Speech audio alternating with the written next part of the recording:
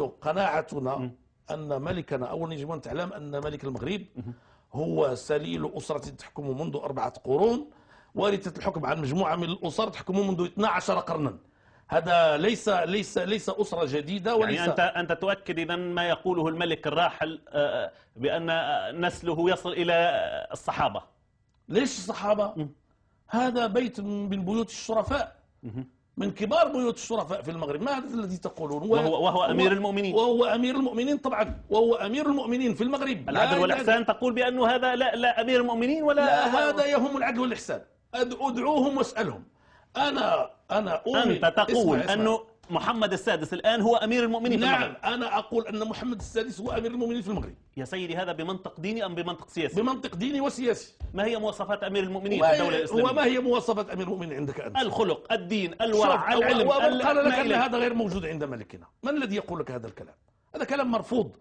أنتم تذهبون للبحث في قلوب الناس، وأمراء المؤمنين عبر التاريخ مختلفون. كان في عمر بن الخطاب، وكان في معاوية بن أبي سفيان، وكان فيهم المولى إسماعيل، وكان فيهم هذا أمير المؤمنين محمد السادس.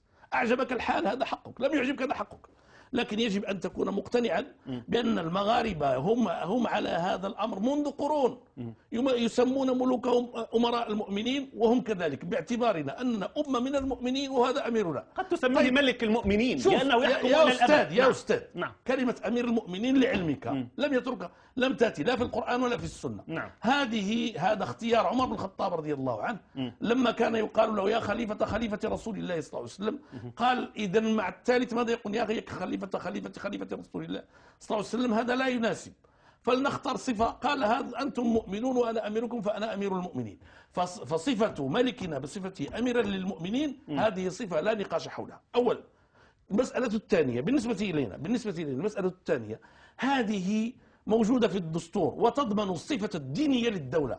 المملكة المغربية دولة إسلامية، هذا موجود في الدستور.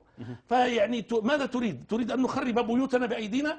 لا، يعني هذه دولة إسلامية وملكها أمير المؤمنين، وهذا هو الذي يعطي فرصة للمطالبة بتطبيق كل ما أمكن من الدين الإسلامي، لأننا في دولة إسلامية ملكها أمير المؤمنين. قد تكون ملكية إسلامية وقد تكون جمهورية إسلامية. لماذا لا تكون جمهورية إسلامية؟ شوف، أنا سأقول لك، الذي يقول هذا الكلام لا يعرف التاريخ ولا يعرف مصلحة البلد ولا يعرف المغرب أصلا.